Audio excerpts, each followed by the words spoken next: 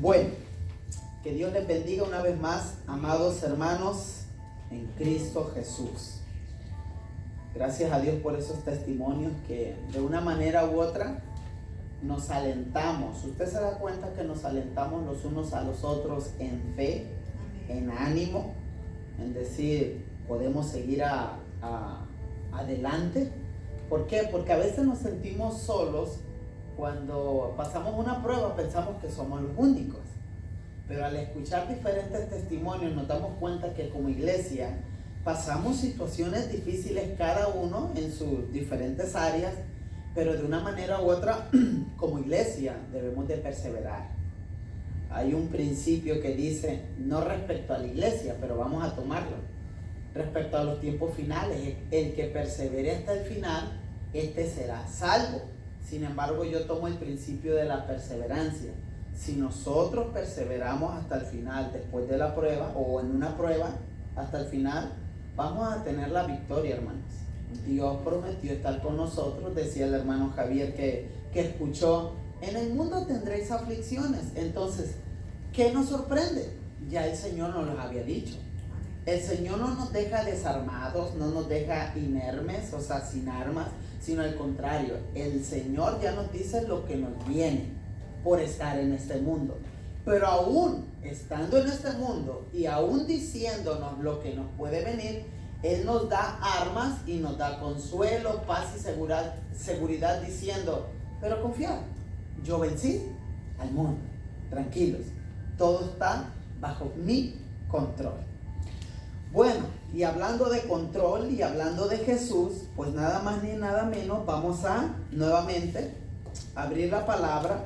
Estamos enseñando esta clase que lleva por nombre Santidad Bíblica. Hemos dicho una y otra vez por qué bíblica, porque hemos dicho que muchas de las veces, tanto pastores como líderes, dan a conocer, enseñan una santidad que más que bíblica es al gusto del cliente.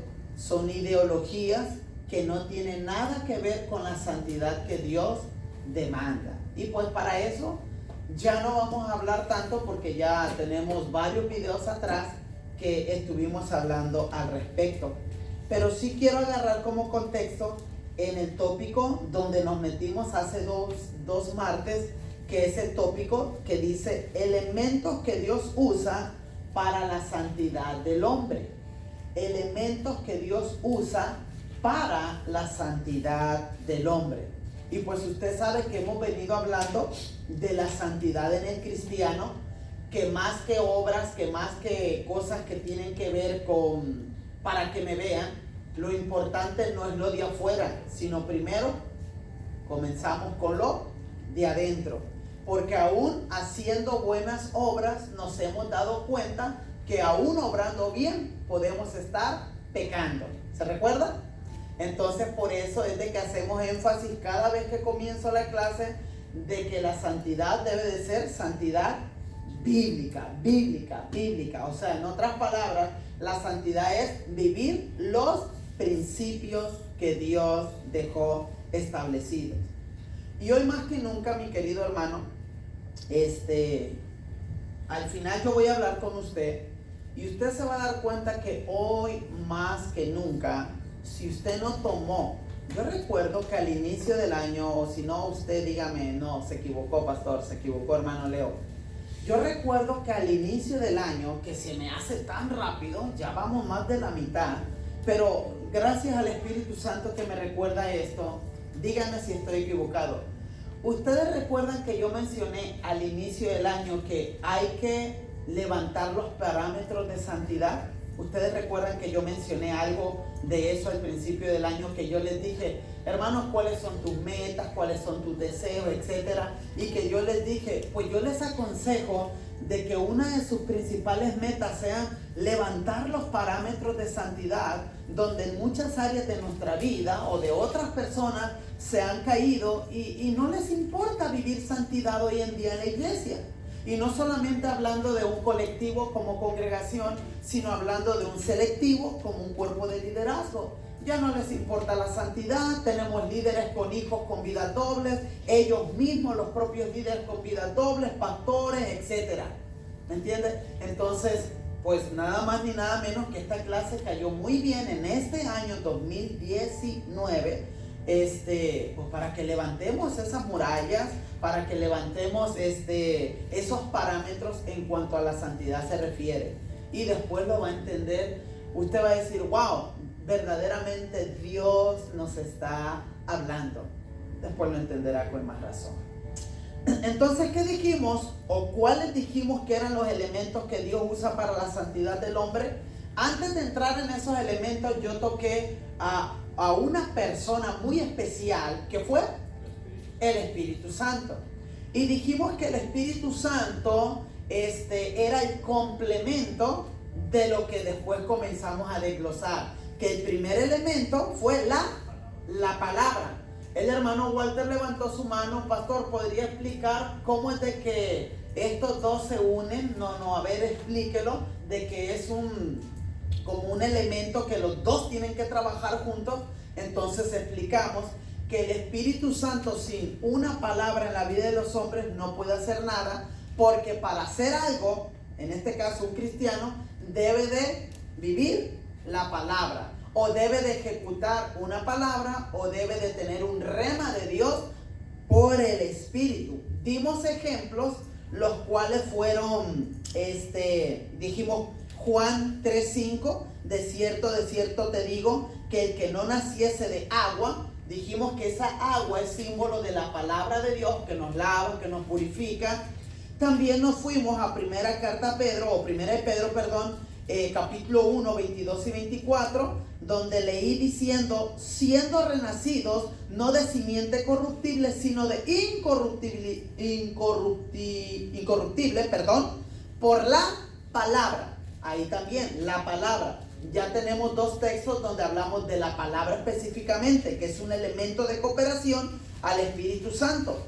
Hubo otra parte donde yo no la expliqué mucho, me pasé porque ya el tiempo me había avanzado, donde Mateo 12:28 nos dice, pero si yo por el Espíritu de Dios echo fuera los demonios. Entonces usted se pregunta, pastor, usted está diciendo que el Espíritu necesita la palabra, y ahora aquí estoy leyendo, o usted está leyendo en Mateo 12:28, que es por el Espíritu de Dios que se echan fuera los demonios. ¿Dónde está la palabra? Bueno, vamos a Mateo 8:16.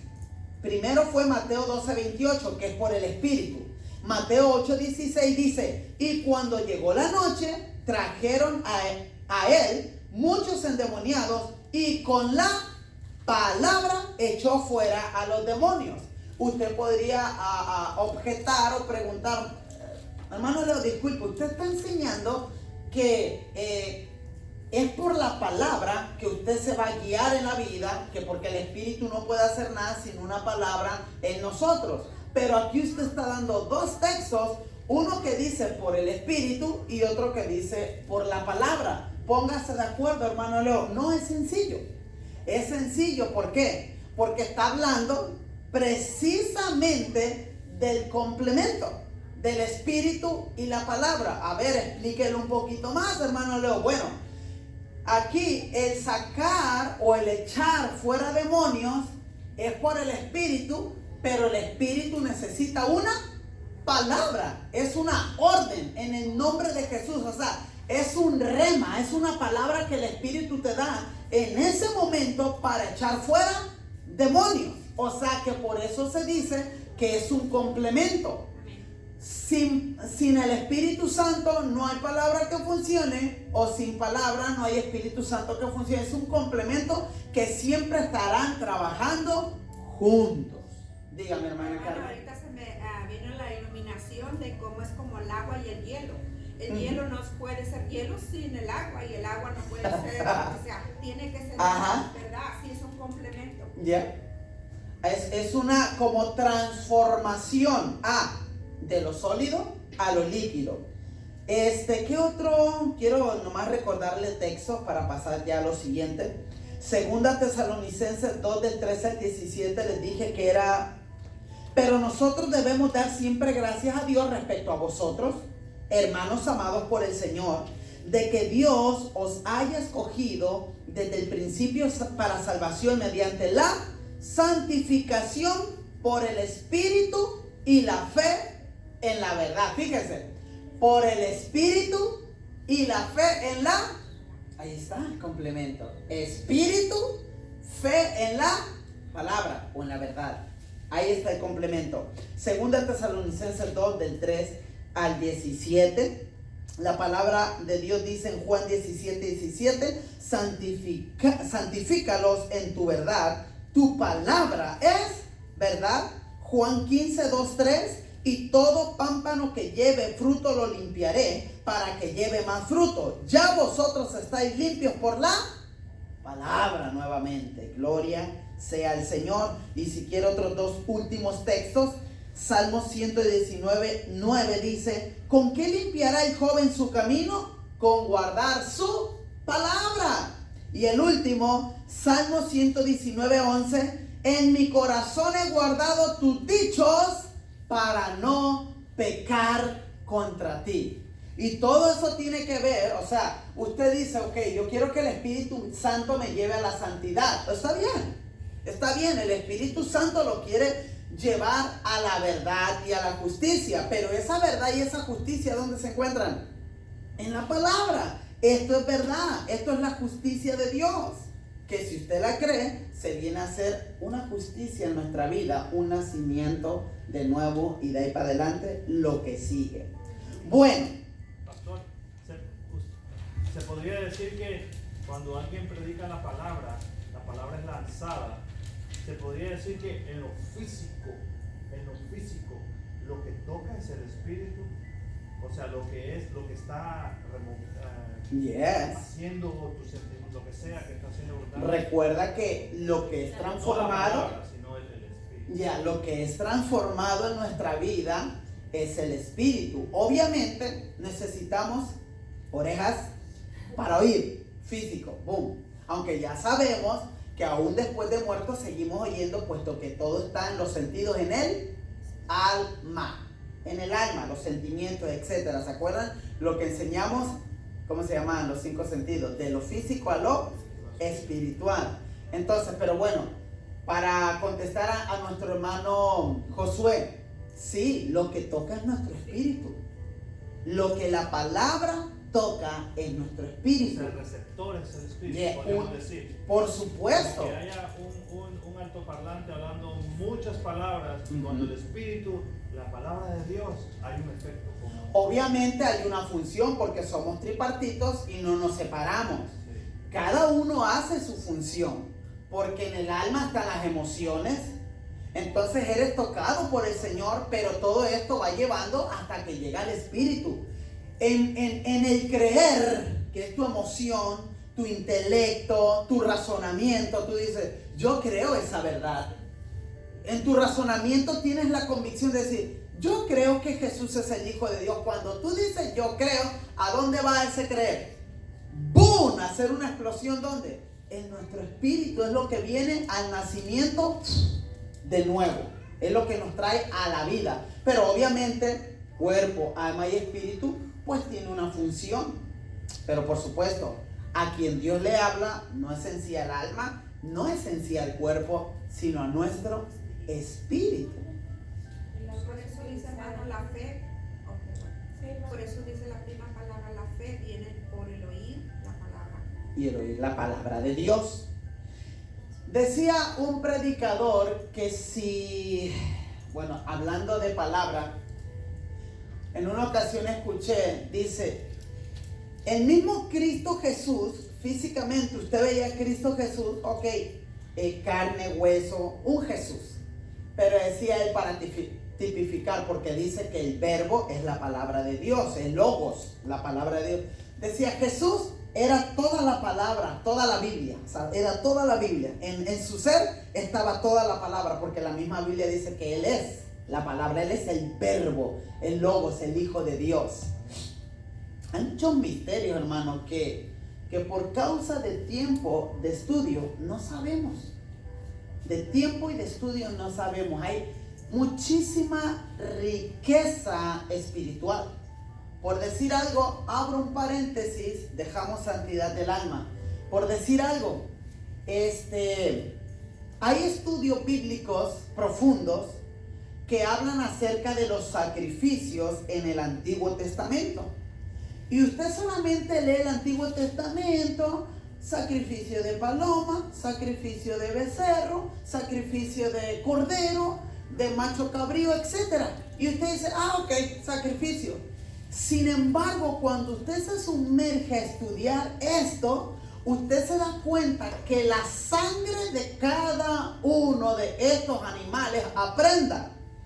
Se da cuenta que la sangre de la paloma, la sangre del cordero, la sangre del macho cabrío, la sangre de etcétera, tienen códigos. No es la misma sangre. Entonces los códigos que en el mundo espiritual esto se maneja, Moisés lo entendió muy bien. En el mundo espiritual se manejan estos códigos que Dios los conoce, que Moisés los conocía, que el sacerdote Aarón los conocía.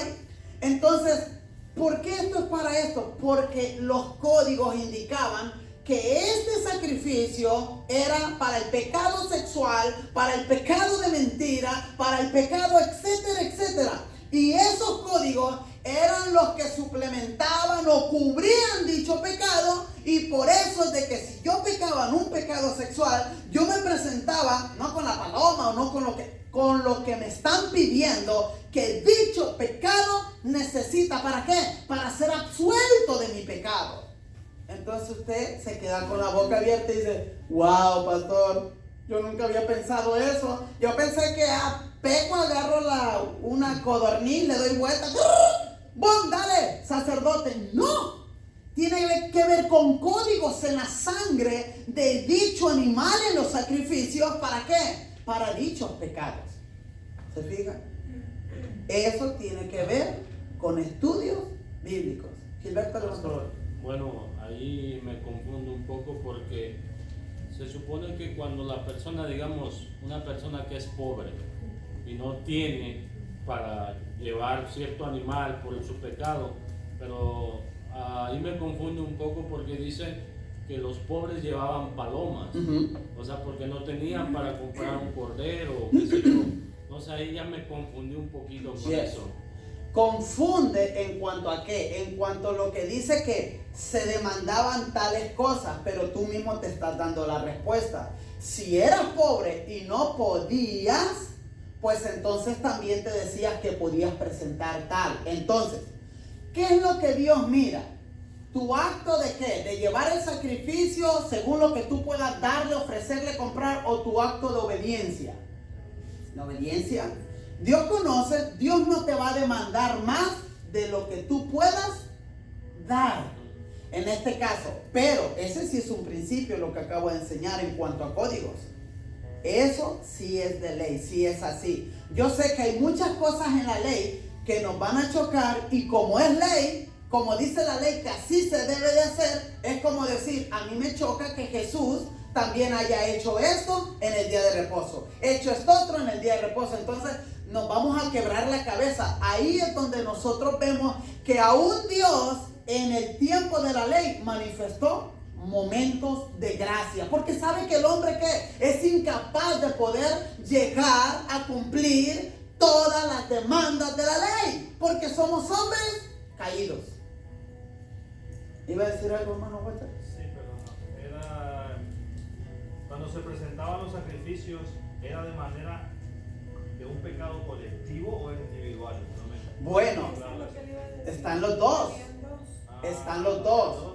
Cuando el sumo sacerdote hacía su entrada al santuario, pero cuando cada quien se presentaba por los pecados que estaba. Porque, miren, si fuese el sumo sacerdote, él mata un macho cabrío, un becerro y se mete y se acabó. Pero acuérdense lo que dice la historia.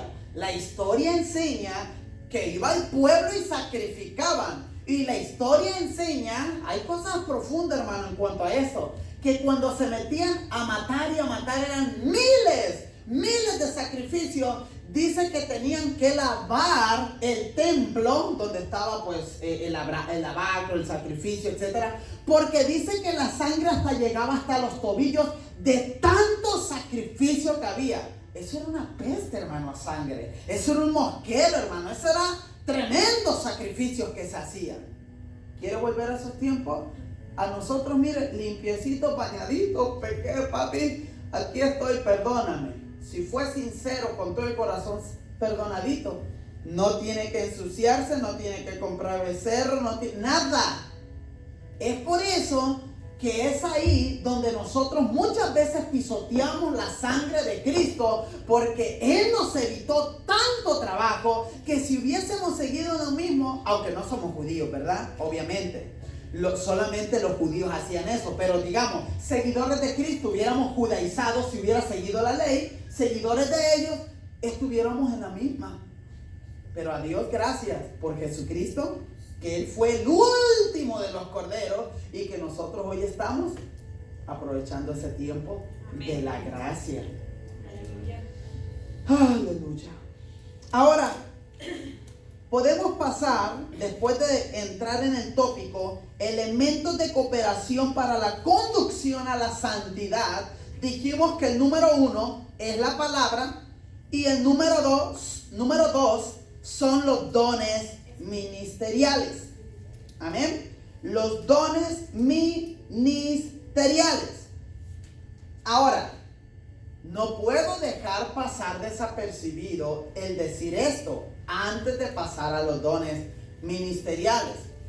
Usted se fija cuán importante es que en los elementos de cooperación la palabra de Dios se predique tal y cual es. Escúcheme, quizá no me está agarrando. Si los elementos a la santificación, el número 1 es la palabra, usted se fija cuán importante es que nos prediquen la palabra, y es lo que menos quiere la gente escuchar hoy. Entonces, ¿cómo una iglesia de esas light, de esas que se llevan de concierto en concierto, usted ponga la radio, hermano, y la iglesia fulana de tal, domingo traerá a Pancho Pantera, siguiente domingo sigue anunciando Pancho Pistola, y siguiente domingo, ¿sabe por qué hacen eso? El pastor es un flojo para predicar, porque ahora los cantantes cantan y predican. No, dale, esa es una. Otra porque da dinero, otra porque las iglesias se están quedando vacías para seguir trayendo gente. Entonces, no se está predicando la palabra. ¿Quién es el que conoce a las ovejas y quién sabe lo que necesita? El pastor. Entonces me están trayendo gente, y el mismo pastor que invita a un montón de pastores de todos lados, reconocidos, habidos y por haber, se está dando golpes de cabeza porque la congregación no se consagra, no busca la santidad, no es fiel, no nada, no tiene líderes. ¿Qué está pasando? El pastor piensa que trayendo gente, esta gente va a madurar. No. Elementos de cooperación, grábeselo para cuando usted vaya a otra iglesia, Dios lo saque de aquí, lo ponga de líder en otro lugar, le diga: pastor, estamos haciendo las cosas mal. ¿Qué te pasa? Yo soy el pastor, ¿por qué me hablas así? No me haga caso a mis inventos o ideas. La palabra de Dios indica que lo primero que Dios va a usar para santificar al pueblo es la palabra, y es lo menos que usted está haciendo, es lo menos que los líderes, los pastores, maestros, etcétera, están haciendo. Entonces, pastor, ¿quiere caminar o quiere seguir en el desierto dando vueltas? Eso pasa, hermano. Por eso usted dice: ya sé de quién está hablando el hermano Leo. No, yo no estoy hablando de nadie. Lo que pasa es que por causa de no predicar, usted dice: esta iglesia ya sé por qué está como está. Esta otra también. Esta hermana, pues peor. Porque no le gusta, no tiene vida devocional, la poca palabra que se predica en su iglesia no la vive, etc. ¿Se fija que fue bueno que no hago un skip a esto? Es muy importante el poder decir qué es lo que te va a llevar a la santidad. Hermanos, una vez usted recibiendo a Cristo en el corazón, bautizándose, no hay que despegar la palabra, porque si estamos hablando de formación de carácter, hermanos, si yo como predicador tengo gente nueva y le estoy predicando, yo debo de decir: ok, yo quiero llevarlos a la formación. Debieran, escuche, no lo voy a decir por invento, sino bíblicamente, debieran ser suficientes 3 años para que la gente recién convertida, después de 3 años, camine más o menos. ¿Y por qué lo dice? Ahí tengo a los discípulos. Ahí tengo al propio Jesús. En 3 años, Jesús no anduvo del tingo al tango, ¿verdad? 3 años fueron suficientes. Él trabajó, él estuvo pendiente de su madre, él echándole ganas. ¿Cuántos años estuvo el Señor? Y mostró carácter, mostró obediencia, mostró rectitud, sujeción al Padre. 3 años. De los 30 a los 33. Por un decir, otros dicen del 31 al 33. Por un decir, de los 30 a los 33. 3 años. Ok, los discípulos 3 años. Y de ahí en fuera, ahí está la responsabilidad. Ir y hacer discípulos. 3 años, hermano. Y usted se fija y hace otros estudios. Por ahí hay otros hombres de Dios que fueron suficientes 3 años. Yo sé que usted está pensando en Moisés, 40 años. Está pensando en Pablo, se tiró. El apóstol Juan, cuánto se metió, el desierto. Ok, pero estoy hablando de formar un carácter. Pero como estamos hablando como elemento de cooperación en la vida nuestra para santificarnos, que resulte, sí resulta. ¿Y por qué dice 3 años? Porque estos discípulos estuvieron con Cristo 3 años, pero el primer elemento de cooperación nunca lo dejaron porque tuvieron un buen maestro. Allí. No me vaya a decir usted el día de mañana como el pastor aquel que le dice al otro pastor: hermano, no, usted pura palabra aquí. Ningún chistecito, ninguna movie, popcorn. Hermano, por favor, no me vaya a decir así. Entonces, ¿qué? Vamos a perder tiempo. Aquí, una de las cosas que son muy importantes es el factor tiempo. El factor tiempo es muy determinante en la Gran Comisión. Hermano, pero si no vienen los demás, no importa, con 3, con 2. A Pablo le fue suficiente en un tiempo Timoteo. A Pablo le fue suficiente en otro tiempo Sila. A Pablo le fue suficiente otros hombres de Dios, no más 2 personas. Llegaban y hacían estragos. Por eso no me mueve. Y ahora, hermano, y se fue y no vienen. No me importa. Si me quedo con mi esposa, consagrate vos, porque yo no sé qué Dios va a hacer, pero de aquí nadie nos mueve. ¿Me entiendes? A darle, hermana Nancy. Escuchaba un predicador, que por cierto creo que era Chuy Olivares, y decía que el crecimiento de la iglesia está en que la iglesia ore, en que la iglesia evangelice, en que la iglesia se meta en oración, y la adoración al Señor también es importante, y siempre como guianza al Espíritu Santo. Entonces él dice, sin esas cosas puede ser que tienes grupo de oración pero no están evangelizando. Entonces una iglesia que no evangeliza no está completa. Una iglesia que evangeliza pero no tiene grupos de oración no está completa.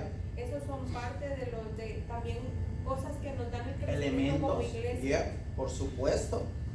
Y Dios nos ayude como iglesia joven, y por qué no decirlo, como dice Nancy, es bueno escuchar hombres de Dios viejos, sabios, 20, 30 años de trayectoria, pero que sean serios, porque hay muchos que tienen 30, 40 años y siguen siendo los mismos cocodrilos y caimanes, devorando gente, diezmos, ofrendas, se van de paseo como el hermano Leo, de vacaciones, 15 días, y usted sabe. Pero bueno, a Dios sea la gloria por las bendiciones. Vamos a pasar al siguiente elemento de cooperación. La palabra fue el 1, el número 2, tenemos media hora. Los dones ministeriales. Los dones ministeriales. Y dice así el primer versículo. Jesús constituyó, según Efesios 4, del 11 al 12, 5 oficios ministeriales con el propósito de perfeccionar ¿a quiénes? A los santos. Y esos santos son ustedes. A Dios sea la gloria. El término perfección viene del griego catartismo. Apréndaselo. Perfección, del griego con K de kilo. Catartismo. ¿Qué indica esta perfección del griego catartismo? Indica ajustar con la plena preparación y la información de un carácter. Dije información es formación, perdón. Nuevamente. Catartismo, que indica ajustar con la plena preparación y la formación de un carácter, madurar, completar, equipar. Eso es lo que significa perfeccionar a los santos, llevarlos a la madurez, equiparlos con palabras, completarlos, o sea, que estén llenos de la palabra de Dios.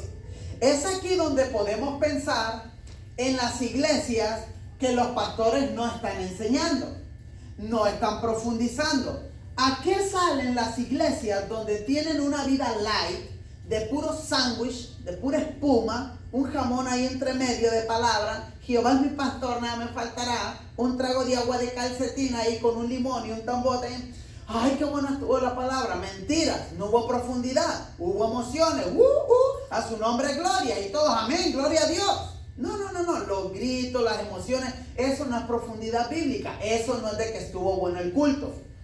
Un servicio bueno es cuando usted dice, profundizaron, enseñaron, estoy aprendiendo cosas jamás antes oídas. Wow, estas enseñanzas me llevan a querer más. Llegan las 9 y yo digo, wow, cómo se fue el tiempo porque está interesante. Hubo profundidad. No que esté uno ahí todo dormido. Lo mismo de siempre el pastor. El mismo chocolate pero con más agua. Y vamos a dar lo mismo. Los mismos textos, los mismos chistes, los mismos pensamientos. No, hermano. La misma chuleta pero sin carne, ¿verdad? El puro hueso. Entonces, estamos viendo... les decía, ¿a qué las iglesias que no están enseñando envían a la calle? ¿Qué van a decir? ¿Qué van a decirle a un testigo de Jehová, a un mormón? Hermanos, por eso aquí se les ha enseñado cosas profundas: justificación, redención, remisión, propiciación, nacimiento de nuevo, regeneración, de donde todo esto, para cuando tú tengas un debate en la calle, tú digas, hey, tranquilo. Discúlpame, pero las cosas son así. No, es que tú tienes que nacer de nuevo. Y hay gente que está afuera diciendo que tienes que nacer de nuevo cuando no saben explicar qué es un nacimiento de nuevo. Pregúntale por justicia y justificación, piensan que es lo mismo. Pregúntale por regeneración y redención, como se parecen también, piensan que es lo mismo. Ah, usted está diciendo, pastor, ya se me están olvidando esos términos. Pues vaya y estúdielo, porque esos son los términos que usted debe de saber allá en la calle. Porque si usted va a presentar a un Cristo, ¿qué le va a decir? Estamos hablando de la importancia de la santificación en la vida del creyente. Pero tú, ¿cómo le demuestras a la gente que tú cambiaste? Que estás santificado, que eres diferente, que conoces cosas profundas. ¿Cómo? Si no sabes los elementos principales de lo que un creyente debe de saber. Bueno, un verdadero creyente. ¿Entiendes? No vayamos tan lejos. Nicodemo, años de sacerdote y no sabía que era nacimiento de nuevo. Por eso no me sorprende que aún, escuche, se le va a caer la cabeza, que aún pastores hoy en día en el siglo XXI, después de 20 años de pastores, no saben qué es el nacimiento de nuevo. No saben qué es santidad y qué es santificación. No lo saben. Y verdad que nosotros comenzamos a hablar las diferencias apenas hace 2 martes o el martes pasado. Santidad, santificación. Póngase listo, que no es lo mismo. Una cosa es que usted vaya en pro a la santidad, pero ¿quién hace o quién te lleva a la santificación? ¿Quién dijimos? El Espíritu Santo es el único que te va a santificar. Usted camina en obediencia, usted lleva su vida a tener una vida de santidad, pero el que santifica, el poder es del Espíritu Santo de Dios. Bueno, si usted no repasa, pues no va a aprender estas cositas. ¿Qué más? Los ministerios también fueron constituidos para edificar al cuerpo. El término edificar viene del griego, ahí viene otro término. El término edificar viene del griego oikodomeo, con K de kilo también. Recuerde que en el griego se usan mucho las K. Oikodomeo, que indica promover el crecimiento espiritual. Fíjese lo que significa edificar al cuerpo. Los ministerios también fueron constituidos para edificar al cuerpo. El término edificar viene del griego oikodomeo, que indica promover el crecimiento espiritual, desarrollando el buen carácter de la iglesia. ¿Qué es lo que yo debo de hacer como ministerio? Llevarlos a la perfección. Entre esa perfección, yo debo de edificarlos, porque los ministerios están para edificar el cuerpo de Cristo. Esa edificación significa promover el crecimiento espiritual, desarrollando el buen carácter en ustedes que son la iglesia. Esto lo va a llevar usted a crecer, hermano. Usted va a dejar de chuparse el dedo. Usted cuando hable con otro cristiano le va a decir, oye, ¿a dónde estás yendo? Usted le va a decir, te invito a la escuelita ahí del profe. Vámonos a la escuelita del profe. Y usted lo trae a la gran comisión. Dígale, ahí el Espíritu Santo nos está enseñando cosas, dígale. Amén.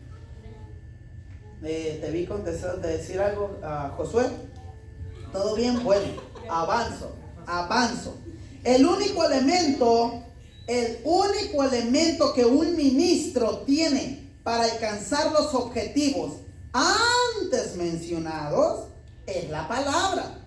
Para ello necesitamos ministerios que sepan trazar bien la palabra, que sean amantes de su estudio y que dediquen y tengan el tiempo para hacerlo. 1 Timoteo 4:13. Una de las características de un ministerio calificado para perfeccionar es que usen bien la palabra y es retenedor de ella. El término usar del griego es ortotomeo. En la primera T lleva H, ortotomeo. Y su equivalente en español viene a ser trazar. O sea que cuando Pablo le dice a Timoteo, usa bien la palabra, le está diciendo, traza bien la palabra. Y esa palabra usar viene del griego ortotomeo. Segunda Timoteo 2:15. Vamos a ver las definiciones de trazar. Trazar indica cortar por lo recto. Es un término compuesto del griego ortos, recto, temo, que es cortar. Ortos, recto, temno, M-N-O, temno, que indica cortar. También trazar no tiene que ver con dividir ni cortar por la mitad. Fíjense, porque uno lo tiene, ¿verdad? Cortar, darle por la mitad. No, estamos hablando términos teológicos y palabras bíblicas. ¿Ok? Porque yo digo cortar y usted dice, lo cortó por la mitad. No. Trazar no tiene que ver con dividir ni cortar por la mitad, sino con el buen trato y el verdadero significado de las cosas. Es no exponer una eisegesis o decir lo que las escrituras dicen, sino transmitir lo que ellas quieren decir. Para los que no saben, eisegesis, escriban. Eisegesis es cuando yo hago mi propia interpretación o deducción, ¿ok? Ahora, otra definición de trazar. Vamos con la tercera. Trazar no da la idea de descontextualización de los pasajes de las escrituras, sino la enseñanza en una forma sistemática, exegética y polifacética, de manera precisa, acertada, para dirigir los pasos de otros. Ahora, yo sé que para algunos hablen chino, japonés o coreano. Diga